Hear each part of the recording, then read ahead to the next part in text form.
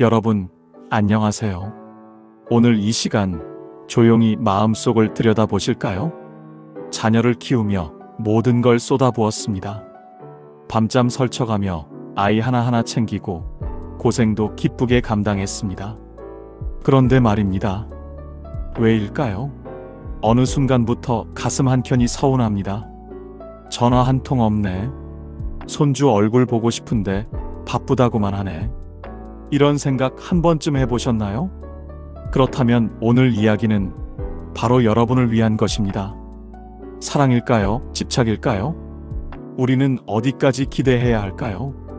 부처님께서는 이렇게 말씀하셨습니다. 집착은 괴로움의 뿌리다. 오늘 그 뿌리를 함께 들여다보겠습니다. 마음이 가벼워지는 시간, 지금 시작합니다. 영상 시작하기 전에 여러분이 갖고 계신 가장 큰 스트레스를 댓글에 적어주세요. 부처님의 은혜로 어려움이 해결될 수 있도록 함께 기원드리겠습니다. 구독과 좋아요 함께 부탁드리면서 시작하겠습니다. 자녀를 키우며 얼마나 많은 걸 포기하셨습니까? 젊은 시절 하고 싶은 것도 많았습니다. 여행도 가고 싶었고 취미도 가지고 싶었습니다. 하지만 아이들 학원비, 등록금, 결혼자금 마련하느라 참았습니다. 그 시절을 떠올려 보십니다. 아이가 아플 때면 밤새 간호했습니다. 열이 나면 찬물 수건으로 이마를 닦아주고 토하면 등을 쓸어주며 걱정했습니다. 학교에서 상을 받으면 내 일처럼 기뻤고 친구들과 다투고 울며 돌아오면 내 가슴이 먼저 아팠습니다. 겨울이면 손이 튼 채로 빨래를 했습니다. 여름이면 더운 부엌에서 땀을 흘리며 밥을 지었습니다. 아이들 입에 맛있는 걸 넣어주고 싶어서 내 것은 줄이고 아이들 것은 늘렸습니다. 그 모든 시간이 사랑이었습니다. 진심이었습니다. 아이들이 학교 갈 때면 문 앞까지 나가서 손을 흔들었습니다. 조심히 다녀와. 매일 같은 말을 했습니다. 저녁이면 오늘 학교에서 뭐 했어? 물으며 아이들 이야기를 들었습니다. 때로는 피곤해도, 때로는 지쳐도 아이들 얼굴만 보면 힘이 났습니다. 명절 때면 친척들이 모였습니다. 애들 잘 키웠네. 그 한마디에 보람을 느꼈습니다. 아이들이 대학에 합격했을 때, 취직했을 때, 결혼했을 때 매 순간이 감격이었습니다. 그런데 세월이 흐르면서 그 사랑이 어느새 기대로 바뀌어 있습니다. 이만큼 해줬으니 이제는 나를 챙겨줘야 하는 거 아닌가? 이런 생각 자연스럽습니다. 인간이니까요. 우리는 완벽한 성인이 아닙니다. 평범한 사람입니다. 기대하고 서운해하고 때로는 섭섭해하는 게 당연합니다. 하지만 부처님께서는 이렇게 가르치셨습니다. 모든 것은 인연 따라오고 인연 따라간다. 자녀도 마찬가지입니다. 우리 곁에 왔다가 제 길을 가는 존재입니다. 우리 소유가 아닙니다. 생각해보면 우리도 그랬습니다. 젊은 시절 부모님 곁을 떠나 제 삶을 살았습니다. 바쁘다는 핑계로 부모님께 자주 전화하지 못했던 적도 있습니다. 명절에도 일이 있어서 늦게 갔던 적도 있습니다. 그때는 몰랐습니다. 부모님이 얼마나 기다렸을지, 전화기를 붙들고 얼마나 서운해했을지. 이제 우리가 부모가 되고 할머니, 할아버지가 되니 그 마음을 알게 됩니다. 기대가 클수록 실망도 큽니다. 우리는 자녀에게 너무 많은 걸 기대합니다. 자주 전화해야지. 명절엔 꼭 와야지. 손주는 내가 돌봐야지. 이런 기대들이 쌓이면서 마음 한편에 빚 같은 게 생깁니다. 내가 이만큼 해줬으니 너도 이만큼 해야 한다. 그 빚의 무게가 점점 무거워집니다. 자녀가 전화하지 않으면 빚을 갚지 않는 것처럼 느껴집니다. 명절에 오지 않으면 배신당한 것처럼 마음이 아픕니다. 손주를 안아보지 못하면 소외된 것 같습니다. 그런데 자녀들은 그 빚을 모릅니다. 아니, 알아도 갚을 수 없습니다. 왜일까요? 자녀들도 자기 삶이 있기 때문입니다. 자녀들에게도 가정이 있습니다. 배우자가 있고 아이들이 있고 직장이 있습니다. 그들도 매일 아침 일어나서 밥을 짓고 아이들을 학교에 보내고 회사에 갑니다. 저녁이면 피곤한 몸을 이끌고 집에 돌아와 다시 아이들을 돌봅니다. 주말에는 아이들 학원을 보내고 장을 보고 집안일을 합니다. 여유가 있을 때도 있지만 대부분은 바쁩니다. 그래서 부모님께 자주 연락하지 못합니다. 그들도 미안합니다. 부모님 얼굴이 보고 싶기도 합니다. 하지만 시간이 없습니다. 마음은 있는데 몸이 따라주지 않습니다. 부처님께서는 이렇게 말씀하셨습니다. 사랑은 소유가 아니라 이해에서 온다. 이해하려면 먼저 내려놓아야 합니다. 기대를 내려놓아야 합니다. 그래야 진짜 사랑이 시작됩니다. 이제 한 할머니의 이야기를 들려드리겠습니다. 김순자 할머니 75살입니다. 슬하에 아들 둘, 딸 하나를 두셨습니다. 할머니는 평생 시장에서 장사하며 아이들 키웠습니다. 23살에 결혼해서 25세 처사이를 낳았습니다. 남편은 공장에서 일했고 할머니는 시장 좌판을 벌였습니다. 새벽 4시면 일어났습니다. 남편 출근 준비 도와주고 아이들 도시락 싸고 집안일 대충 하고 시장으로 갔습니다. 비 오나 눈 오나 새벽같이 일어나 시장 나가고 저녁엔 피곤한 몸 이끌고 집에 와서 밥 차리고 빨래하고 아이들 숙제 봐주고 그렇게 30년을 살았습니다. 손이 거칠어지고 허리가 굽고 주름이 늘었습니다. 하지만 아이들은 잘 자랐습니다. 큰아들은 대학을 나와서 서울에서 회사를 다닙니다. 작은 아들은 지역에서 장사를 합니다. 딸은 미국으로 유학을 가서 그곳에서 결혼했습니다. 할머니는 뿌듯했습니다. 고생한 보람이 있네. 아이들 다 키워서 출가시키고 손주도 5이나 생겼습니다. 큰아들에게 손자 2, 작은 아들에게 손녀 2, 딸에게 손자 1. 손주들 사진을 보면 절로 웃음이 났습니다. 이제 좀 편히 살 때도 됐는데 마음은 편치 않습니다. 큰아들은 서울에 삽니다. 한 달에 한 번 전화할까 말까입니다. 할머니가 먼저 전화하면 받지만 통화는 5분도 안 됩니다. 엄마, 바빠서 나중에 다시 전화할게 하고 끊습니다. 그 나중에가 한 달이 됩니다. 작은 아들은 같은 동네에 사는데 일주일에 한 번 들러서 밥 한 끼 먹고 갑니다. 밥 먹는 동안에도 핸드폰만 봅니다. 엄마, 사업이 바빠서. 말은 이렇게 하지만 할머니 이야기는 듣지 않습니다. 딸은 미국에 삽니다. 1년에 한 번 올까 말까입니다. 영상통화는 가끔 합니다. 하지만 시간이 안 맞습니다. 한국이 낮이면 미국은 밤입니다. 서로 통화하기가 어렵습니다. 할머니는 혼자 생각합니다. 내가 뭘 잘못했나? 이만큼 키워줬는데 왜 이럴까? 전화기만 보면 가슴이 답답합니다. 연락이 오길 기다립니다. 하루가 가고 이틀이 가고 일주일이 가도 전화가 없습니다. 할머니는 먼저 전화합니다. 아들아, 엄마야. 잘 지내니? 네, 엄마. 바빠서 연락 못했어요. 그래, 바쁘겠지. 손주들은 잘 있니? 네, 잘 있어요. 엄마, 저 지금 회의 들어가야 해서 나중에 전화할게요. 뚝 전화가 끊깁니다. 할머니는 핸드폰을 내려다봅니다. 통화 시간 2분. 너무 짧습니다. 손주들 얼굴 보고 싶어서 영상통화 걸어보지만 할머니 바빠요. 나중에요. 하고 끊습니다. 손주들도 바쁩니다. 학원 가고 학교 가고 친구 만나고 할머니와 통화할 시간이 없습니다. 할머니는 울었습니다. 밤마다 울었습니다. 베개에 얼굴을 묻고 소리 없이 울었습니다. 왜 이렇게 외로울까? 내가 뭘 잘못했을까? 친구들을 만나면 서로 자식 이야기를 합니다. 우리 아들은 효자야. 일주일에 2번은 와. 친구가 자랑합니다. 할머니는 부럽습니다. 우리 손주는 나를 너무 좋아해. 주말마다 우리 집에 와. 다른 친구가 말합니다.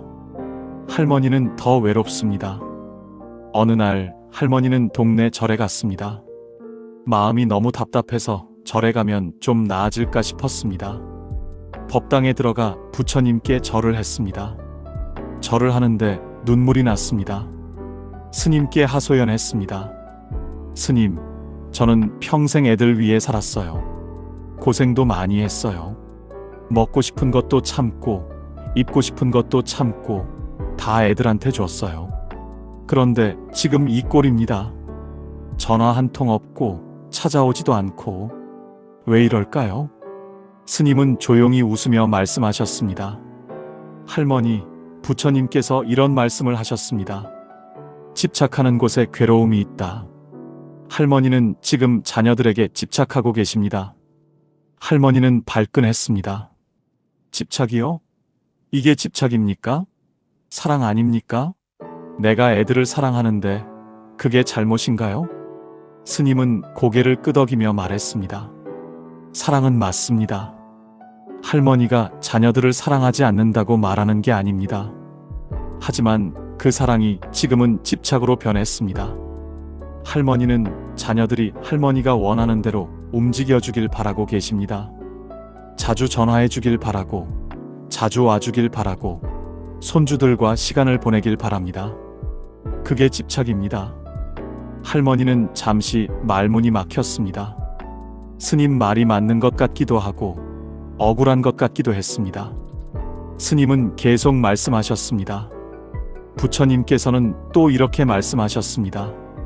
모든 것은 변한다. 변하지 않는 것은 없다. 자녀들도 변했습니다. 어렸을 때는 엄마만 찾았습니다. 엄마 없으면 울었습니다. 하지만 이제는 다 컸습니다. 어렸을 때처럼 할머니만 바라보고 살 수 없습니다. 그들에게도 가족이 있고 일이 있고 삶이 있습니다. 할머니는 고개를 끄덕였습니다. 스님 말이 이해됐습니다. 하지만 가슴은 여전히 아팠습니다. 스님이 다시 말했습니다. 할머니, 자녀들을 놓아주세요. 그들의 삶을 인정하세요. 할머니가 원하는 대로 살라고 하지 마세요. 그들이 원하는 대로 살게 두세요. 그게 진짜 사랑입니다. 할머니는 집으로 돌아와서 생각했습니다. 며칠을, 몇 주를 생각했습니다. 스님 말씀이 자꾸 떠올랐습니다. 집착을 놓으라. 자녀들을 놓아주라. 그리고 어느 날 깨달았습니다. 아, 내가 아이들을 놓아주지 못했구나. 내가 아이들의 삶을 인정하지 못했구나. 내가 내 외로움을 아이들에게 채워달라고 했구나. 그날부터 할머니는 달라졌습니다. 전화를 기다리지 않았습니다.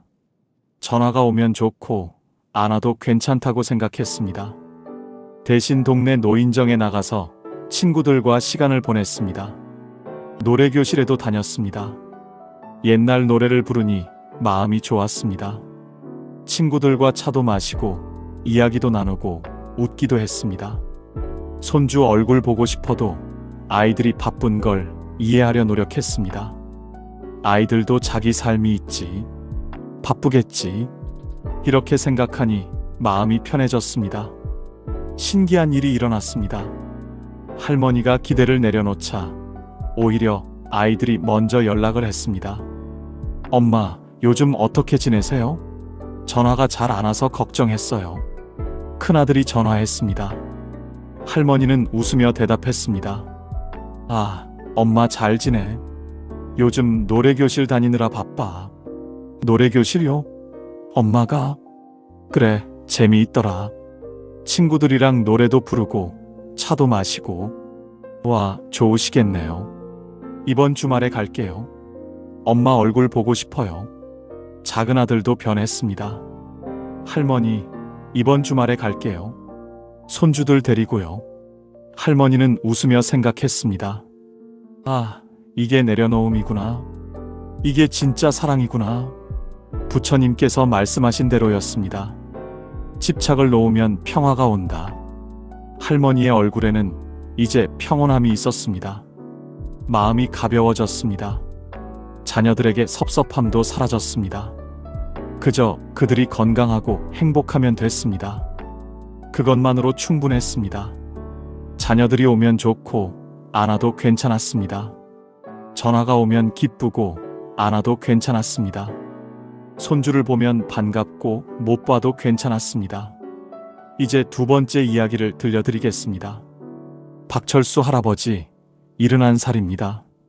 평생 중학교 교사로 살았습니다. 성실하고 엄격한 분이셨습니다. 학생들에게도 자식들에게도 똑같았습니다. 할아버지는 규칙적인 삶을 사셨습니다. 아침 6시에 일어나서 운동하고 아침 먹고 학교 가고 저녁에 돌아와서 수업 준비하고 11시에 잠들었습니다. 30년을 똑같이 살았습니다. 자식들에게도 규칙을 가르쳤습니다. 제 시간에 일어나라. 공부 열심히 해라. 게으르지 마라. 아이들은 아버지 말씀을 잘 들었습니다. 아버지가 무서웠기 때문입니다. 할아버지에게는 아들이 하나 있습니다.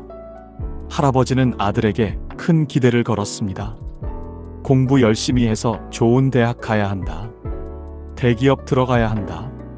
출세해야 한다. 아들은 그 기대에 부응했습니다. 좋은 대학을 나왔습니다. 서울대학교 공대를 졸업했습니다.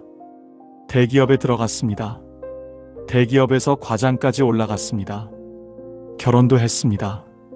착한 여자와 결혼했습니다. 손자도 낳았습니다. 할아버지는 만족스러웠습니다. 내가 잘 키웠어. 내 아들 자랑스러워. 동창 모임에 가면 자랑했습니다. 우리 아들 서울대 나와서 대기업 다녀. 그런데 문제는 여기서부터였습니다. 할아버지는 손자에게도 똑같은 기대를 했습니다. 손자가 7살이 됐을 때 할아버지가 전화했습니다. 손자 공부는 어때? 아버지, 아직 7살이에요. 7살이면 벌써 공부 시작해야지. 영어 학원 보내라. 수학 학원도 보내라. 아들은 처음엔 들었습니다. 아버지 말씀이니까요. 영어 학원을 보냈습니다. 하지만 점점 힘들어졌습니다. 할아버지는 자주 전화해서 물었습니다. 손자 성적 어때? 학원 잘 다니니? 공부는 열심히 하니? 일주일에 2~3번씩 전화가 왔습니다. 아들은 지쳤습니다. 자기 아이를 키우는데 왜 자꾸 아버지가 간섭하는지 답답했습니다. 아내도 불만이었습니다. 당신 아버지 좀 말려줘. 우리 아이는 우리가 키우는 거야.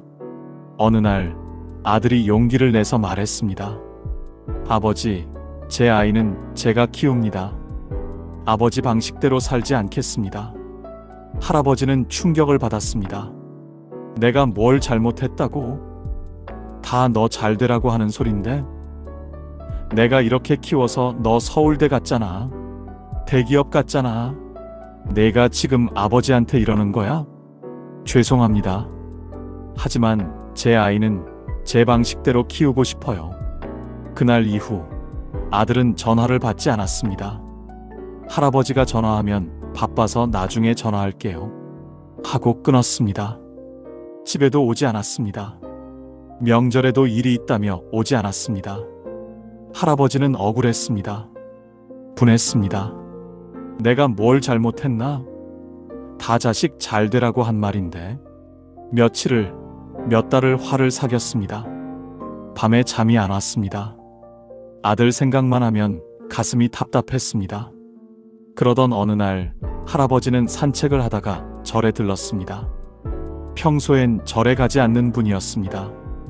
하지만 그날은 발길이 절로 향했습니다. 법당에 앉아서 부처님께 절을 했습니다. 절을 하는데 눈물이 났습니다.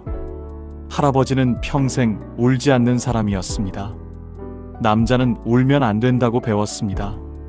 하지만 그날은 눈물이 멈추지 않았습니다. 옆에 계시던 스님이 물으셨습니다. 무슨 일이십니까? 할아버지는 모든 이야기를 했습니다. 아들과의 갈등, 손자에 대한 걱정, 섭섭한 마음. 이야기를 하면서 또 눈물이 났습니다. 스님은 조용히 들으시더니 말씀하셨습니다. 부처님께서 이런 말씀을 하셨습니다. 기대는 고통의 씨앗이다. 할아버지는 아들과 손자에게 너무 많은 걸 기대하셨습니다. 그 기대가 할아버지를 괴롭게 하고 아들도 괴롭게 합니다. 할아버지는 반문했습니다. 하지만 부모라면 당연히 자식 잘 되길 바라지 않습니까? 제가 엄하게 키워서 아들이 성공했습니다. 그 방식이 틀렸습니까? 스님은 고개를 끄덕였습니다. 맞습니다. 할아버지 방식이 틀린 게 아닙니다. 하지만 바라는 것과 강요하는 것은 다릅니다. 부처님께서는 자유롭게 두는 것이 진정한 사랑이라고 하셨습니다. 할아버지의 방식이 옳다고 해서 아들도 똑같이 살아야 할까요? 손자도 똑같이 자라야 할까요? 할아버지는 한참을 생각했습니다. 스님 말이 가슴에 와닿았습니다. 스님이 계속 말했습니다. 할아버지 방식으로 키워서 아들이 성공했을 수도 있습니다. 하지만 아들은 행복했을까요? 아들도 할아버지처럼 엄격하게 자식을 키우고 싶을까요? 할아버지는 대답하지 못했습니다. 생각해보니 아들이 어렸을 때 웃는 모습을 많이 본 적이 없었습니다. 늘 공부하고, 늘 긴장하고, 늘 아버지 눈치를 봤습니다. 그리고 깨달았습니다. 아, 내가 내 방식을 강요했구나. 내가 그들의 삶을 인정하지 못했구나. 내가 옳다고 생각하는 게 그들에게도 옳은 건 아니구나. 할아버지는 집으로 돌아와서 아들에게 편지를 썼습니다. 긴 편지였습니다. 아들아, 미안하다.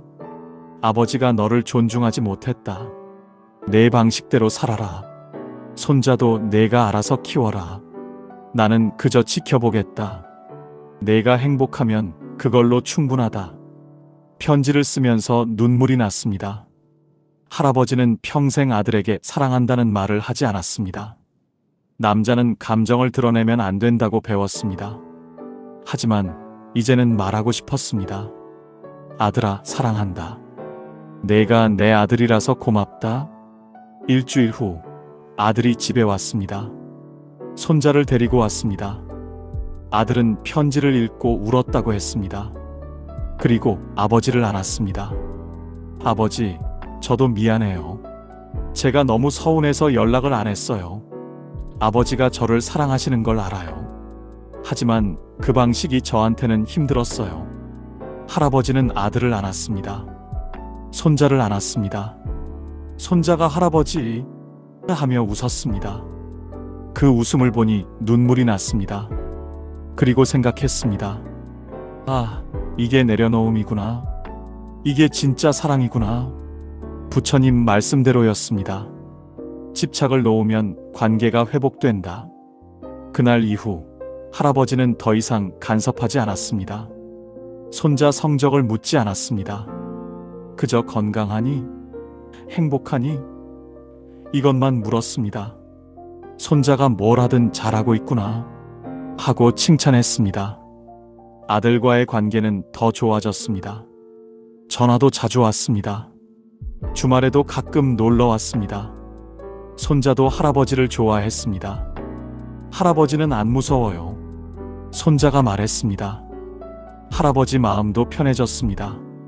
밤에 잠도 잘 왔습니다. 아들 생각을 해도 가슴이 답답하지 않았습니다. 오히려 따뜻했습니다. 세 번째 이야기입니다. 이영희 할머니, 74살입니다.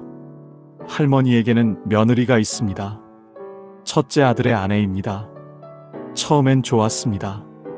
착하고 예쁘고 공손했습니다. 며느리가 처음 집에 왔을 때를 기억합니다. 공손하게 절을 하고 어머니하고 불렀습니다. 할머니는 며느리가 마음에 들었습니다. 우리 아들 복도 많지 생각했습니다. 결혼식 날 할머니는 울었습니다. 기쁨의 눈물이었습니다. 아들이 장가를 가다니 어제 같은데 어느새 컸습니다. 그런데 손주가 태어나면서 문제가 시작됐습니다. 할머니는 손주를 돌봐주고 싶었습니다. 며느리가 출산 후 일을 다시 시작한다고 했습니다. 며느리, 내가 봐줄게. 어린이집 보내지 마. 할머니가 키우는 게 제일 좋아. 하지만 며느리는 거절했습니다. 어머니, 괜찮습니다.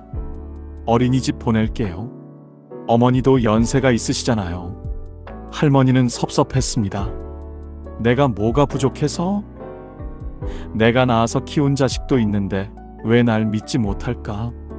연세가 있다니 나보고 늙었다는 거야? 할머니는 며느리에게 자꾸 물었습니다. 손주 밥은 잘 먹니? 감기 걸리지 않았니?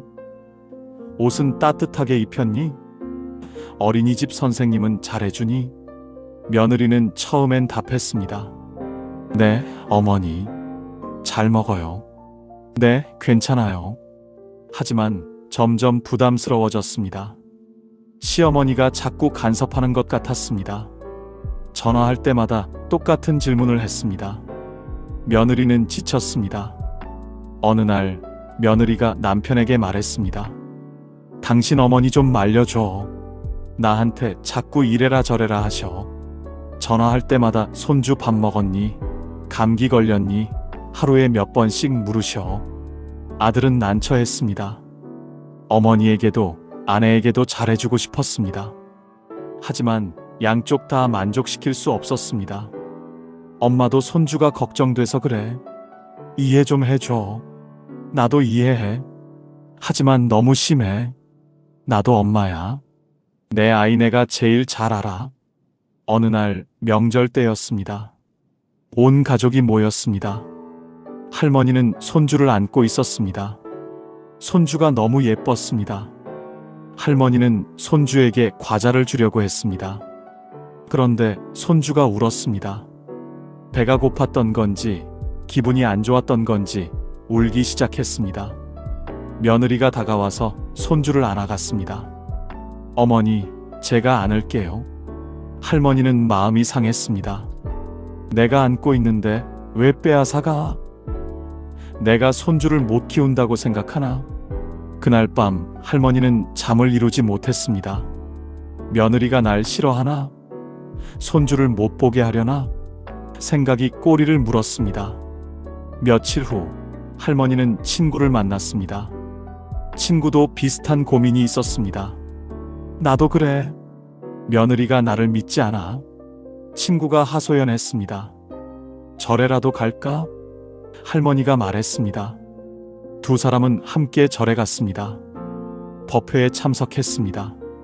스님께서 법문을 하셨습니다. 부처님께서 이렇게 말씀하셨습니다. 모든 만남은 인연이고 모든 인연은 존중받아야 한다. 며느리도 인연입니다. 그 인연을 존중해야 합니다. 며느리에게는 며느리의 방식이 있습니다. 그걸 인정해야 합니다.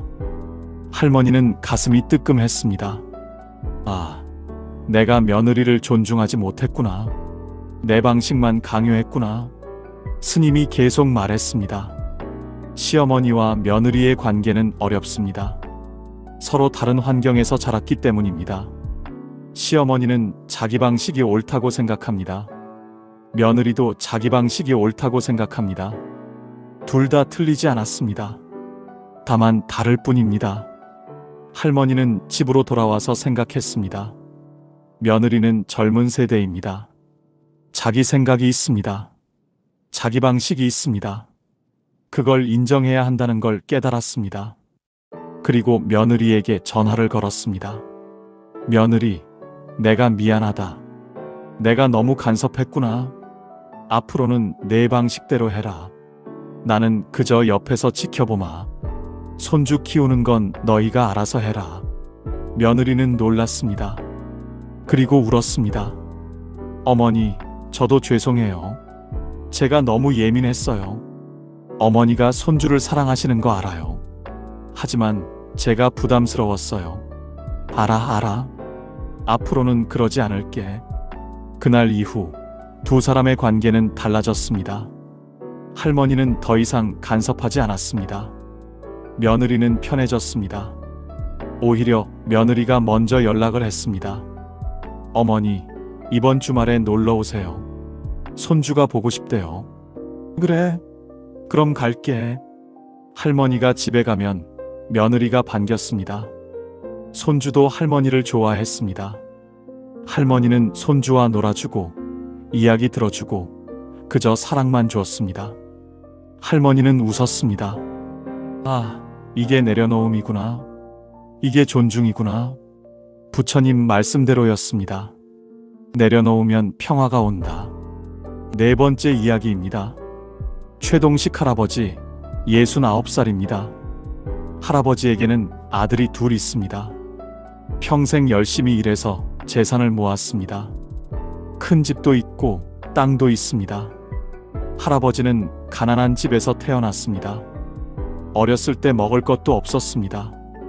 학교도 제대로 못 다녔습니다. 하지만 악착같이 일했습니다. 젊은 시절 공사판에서 일했습니다. 더운 여름에도 추운 겨울에도 일했습니다. 돈을 모아서 땅을 샀습니다. 그 땅이 올라서 돈을 벌었습니다. 다시 땅을 샀습니다. 그렇게 재산을 모았습니다. 아들들에게는 공부를 시켰습니다. 가난하게 살지 마라. 열심히 공부해서 잘 살아라. 아들들은 열심히 공부했습니다. 큰아들은 서울에서 사업을 했습니다. 작은 아들은 고향에서 회사를 다녔습니다. 할아버지는 생각했습니다. 이 재산을 어떻게 나눠줄까? 공평하게 나눠주고 싶었습니다. 그래서 똑같이 반씩 나눠주기로 했습니다. 그런데 큰아들이 불만이었습니다. 아버지, 저는 장남입니다. 더 받아야 하는 거 아닙니까? 옛날부터 장남이 더 받았잖아요. 작은 아들도 불만이었습니다. 아버지, 저는 아버지 곁에서 모셨습니다. 형은 서울 가서 잘 살았잖아요. 명절에도 잘 안 오잖아요. 제가 더 받아야 하는 거 아닙니까? 할아버지는 난처했습니다. 어느 쪽도 만족시킬 수 없었습니다. 형제들은 서로 다퉜습니다. 형이 뭔데 더 받아? 장남이라고? 너는 뭔데 더 받아? 부모님 곁에 있었다고? 명절에도 얼굴을 보지 않았습니다. 큰아들은 작은 아들이 올 거면 저는 안 갈래요. 했습니다. 작은 아들은 형이 올 거면 저는 안 갈래요. 했습니다. 할아버지는 마음이 아팠습니다. 내가 재산 때문에 형제를 갈라놓았구나. 내가 뭘 잘못했나? 밤에 잠이 안 왔습니다. 재산이 뭐가 중요한가 싶었습니다. 어느 날 할아버지는 산을 올랐습니다. 혼자 생각하고 싶었습니다. 정상에 올라서 아래를 내려다봤습니다. 마을이 보였습니다. 자기가 평생 일한 땅이 보였습니다. 그리고 깨달았습니다. 아, 재산이 중요한 게 아니구나. 형제가 화목한 게 중요하구나. 내가 죽으면 재산은 남지만 형제의 정은 영원히 사라지는구나. 할아버지는 산에서 내려와서 두 아들을 불렀습니다. 그리고 말했습니다. 너희들아, 미안하다. 아버지가 재산 때문에 너희를 싸우게 만들었다. 부처님께서 이런 말씀을 하셨다. 탐욕은 모든 불행의 근원이다. 재산에 대한 탐욕이 우리 가족을 불행하게 만들었다. 이제 아버지가 결정하겠다. 재산은 다 사회에 기부하겠다. 두 아들은 놀랐습니다. 아버지, 그게 무슨 말씀이세요? 할아버지는 조용히 말했습니다. 너희가 재산 때문에 싸우는 걸 보고 싶지 않다. 부처님께서는 집착을 놓으면 자유롭다고 하셨다. 아버지도 재산에 대한 집착을 놓겠다. 너희도 놓아라. 그래야 형제가 화목할 수 있다. 두 아들은 한참을 생각했습니다. 그리고 서로를 보았습니다. 큰아들이 먼저 말했습니다. 아버지, 죄송합니다. 제가 탐욕을 부렸습니다. 재산이 뭐가 중요합니까? 동생이 중요하죠. 작은 아들도 말했습니다. 저도 죄송합니다. 형, 미안해. 내가 너무 욕심을 부렸어. 두 형제는 서로 안았습니다. 할아버지는 웃었습니다. 그리고 생각했습니다. 아, 이게 내려놓음이구나. 재산보다 가족이 소중하구나. 부처님 말씀대로였습니다. 탐욕을 놓으면 평화가 온다. 나중에 할아버지는 재산을 다 기부하지는 않았습니다. 아들들과 상의해서 반은 아들들에게, 반은 사회에 기부했습니다. 형제는 화목했습니다. 명절이면 함께 모였습니다. 할아버지는 행복했습니다. 재산보다 가족이 함께 있는 게 더 소중했습니다. 5번째 이야기입니다. 정미숙 할머니, 72살입니다. 할머니에게는 손녀가 있습니다. 딸의 딸입니다. 할머니는 손녀를 무척 사랑했습니다. 손녀도 할머니를 좋아했습니다. 손녀 이름은 수진이입니다.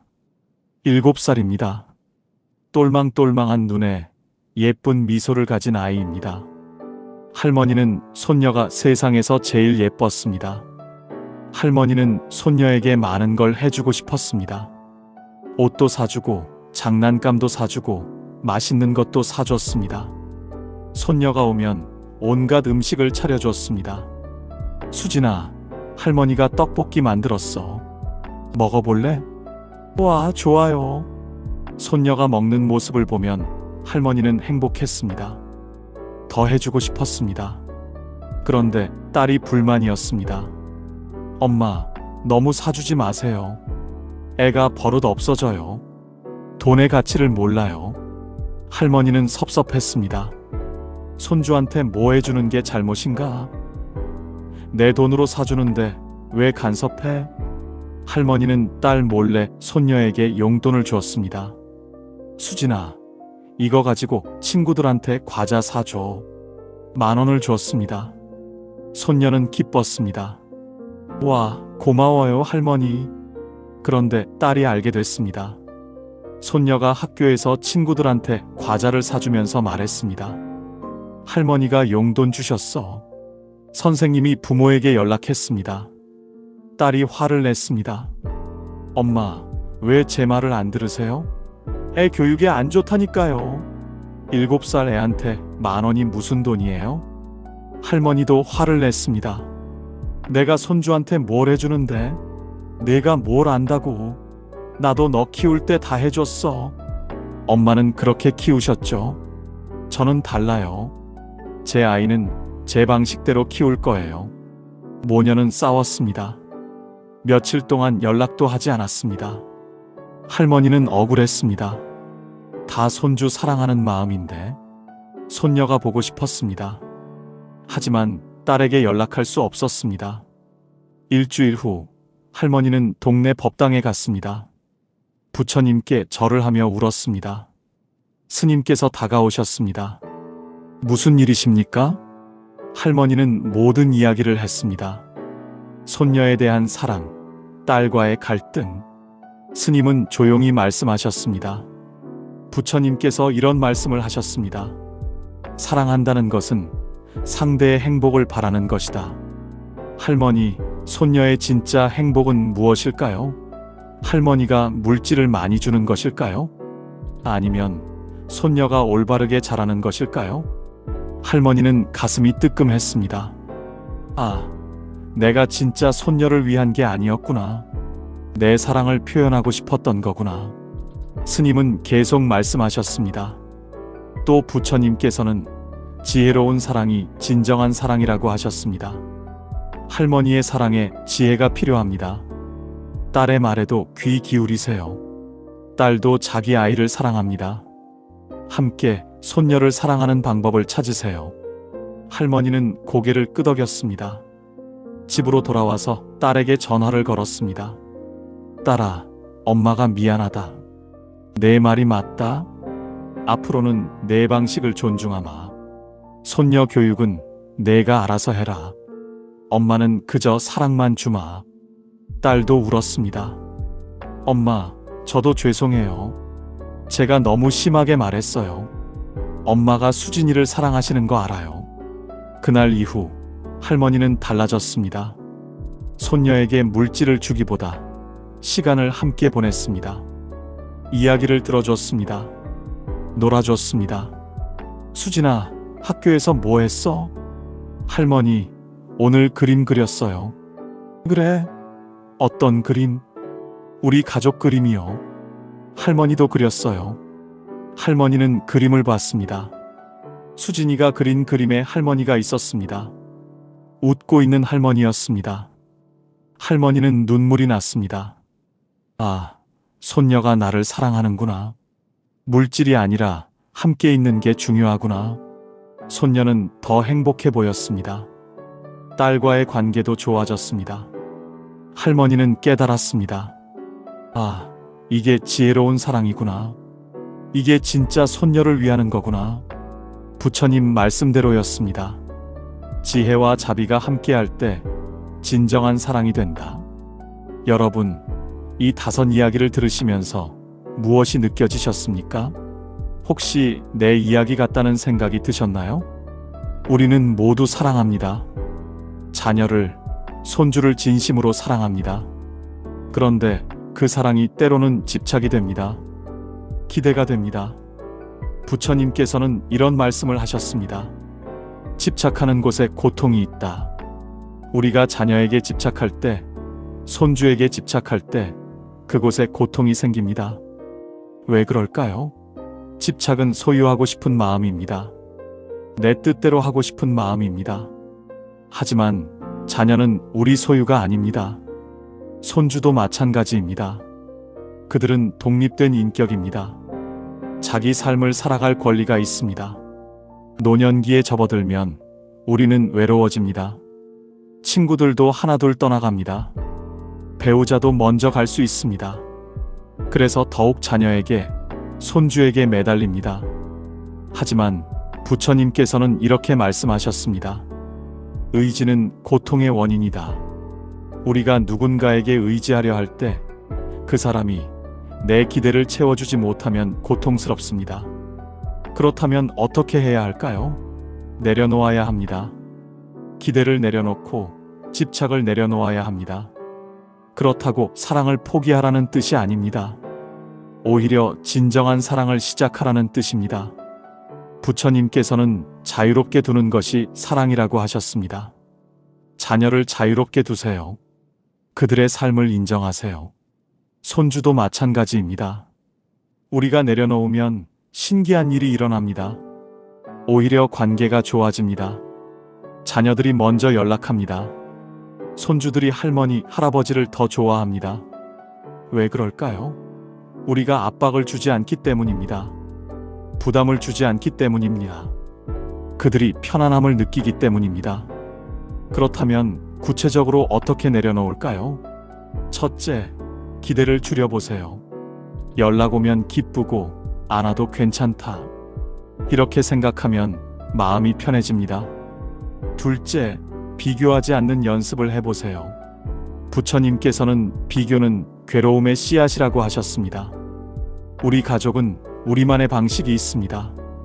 셋째, 내 삶을 살아가 보세요. 자녀에게만 매달리지 마세요. 내 삶도 소중합니다. 친구도 만나고, 취미도 가지고, 봉사도 해보세요.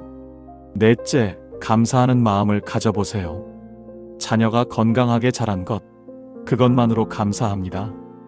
부처님께서는 감사는 행복의 문이라고 하셨습니다. 다섯째, 마음 챙김을 연습해 보세요. 섭섭한 마음이 들 때 그 마음을 바라보세요. 부처님께서는 알아차림은 치유의 시작이라고 하셨습니다. 여러분, 자녀와 손주와의 관계를 지혜롭게 유지하는 방법이 있습니다. 첫째, 적절한 거리를 유지해 보세요. 너무 가까우면 부담입니다. 너무 멀면 외롭습니다. 적당한 거리가 필요합니다. 둘째, 조언은 요청받을 때만 해보세요. 그들도 어른입니다. 스스로 판단할 수 있습니다. 셋째, 손주 교육은 부모에게 맡겨보세요. 교육은 부모의 몫입니다. 우리는 그저 사랑해주기만 하면 됩니다. 넷째, 칭찬을 많이 해보세요. 잘하고 있다. 이런 말 한마디가 그들에게 힘이 됩니다. 다섯째, 있는 그대로 받아들여 보세요. 부처님께서는 있는 그대로 보는 것이 지혜다라고 하셨습니다. 여러분, 내려놓음이 쉽지 않다는 걸 압니다. 평생 사랑하며 살아온 자녀입니다. 눈에 넣어도 아프지 않을 손주입니다. 하지만 내려놓음은 포기가 아닙니다. 오히려 더 깊은 사랑입니다. 집착하는 사랑은 상대를 올가맵니다. 하지만 자유롭게 하는 사랑은 상대를 날개 달게 합니다. 부처님께서 마지막으로 이런 말씀을 하셨습니다. 진정한 사랑은 자유를 준다. 우리 자녀에게 자유를 주세요. 그들의 삶을 살게 해주세요. 손주에게도 자유를 주세요. 그들이 행복하게 자라게 해주세요. 그리고 우리도 자유로워지세요. 집착에서 자유로워지세요. 기대에서 자유로워지세요. 여러분, 오늘 이 시간이 마음에 와닿으셨기를 바랍니다. 혹시 가슴 한편이 무거우셨다면 조금이라도 가벼워지셨기를 바랍니다. 자녀는 우리 소유가 아닙니다. 손주도 마찬가지입니다. 그들은 우리 곁을 지나가는 인연입니다. 잠시 함께 있다가 제 길을 가는 존재입니다. 그 인연에 감사하세요. 그 시간에 감사하세요. 그리고 자유롭게 두세요. 그것이 진정한 사랑입니다. 그것이 부처님께서 가르쳐 주신 지혜입니다. 오늘의 핵심 한 문장으로 마무리하겠습니다. 사랑은 붙드는 것이 아니라 자유롭게 지켜보는 것입니다. 이 한 문장을 가슴에 새기시고 오늘 하루 평안하게 보내시길 바랍니다. 감사합니다.